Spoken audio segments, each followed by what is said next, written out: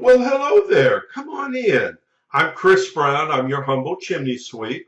I was just going over your chimney inspection report, but now that you're here, make yourself comfortable. Let's go over it together, shall we?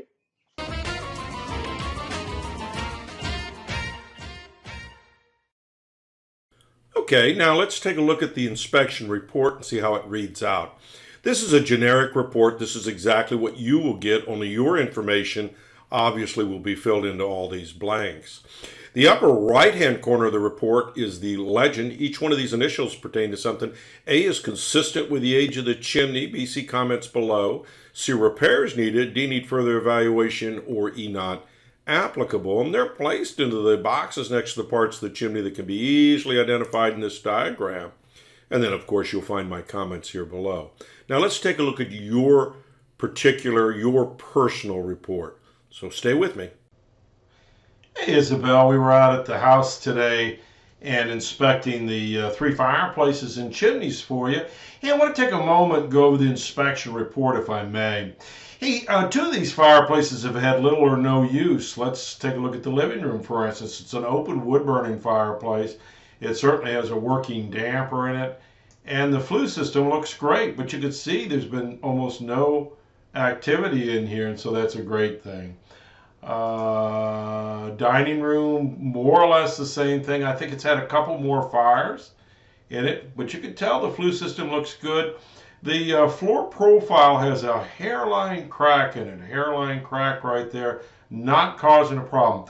It can be a critical joint only because about 6 inches down, there's a wood beam that runs underneath there. And of course, you wouldn't want an open joint, but you're a long way from that. And the only reason that we note it is so that when we come out to service periodically, this fireplace, we want to keep an eye on that. We certainly don't want anything to happen to this house or these folks. Wood burner in the den. This one's seen a lot of activity, a little splaying going on here. There'll be some future work in that firebox, but it'll be a long time from now. Damper's working well, but you can see a significant creosote buildup in here.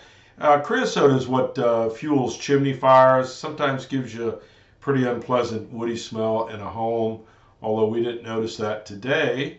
And the damper was open. I went ahead and closed it only so that we wouldn't take a chance of smelling anything in there. Let's take a look at that top while we're there. So staying with the den fireplace, we can see it has a traditional cap up here. What you can't see, and I could, is there's a screen over the top of the flue. Now, normally we poo-poo on the screens on the top of the flue because sometimes that can cause a poor draft and smoke to come back into the house. But we didn't really, as you can clearly see, there are no smoke stains up here. And since you can't remove smoke stains, once the brick is stained, it's stained. We would know if it was a smoker or not, and it obviously is not. We go up on top and look at the other two, the dining and the living room chimneys. We can see they both have copper caps. All three chimneys have copper caps on them, screened to keep the creatures out. Minor cracks in that crown up at the top, a little bit more major cracks in here. Here's the thing about a painted chimney.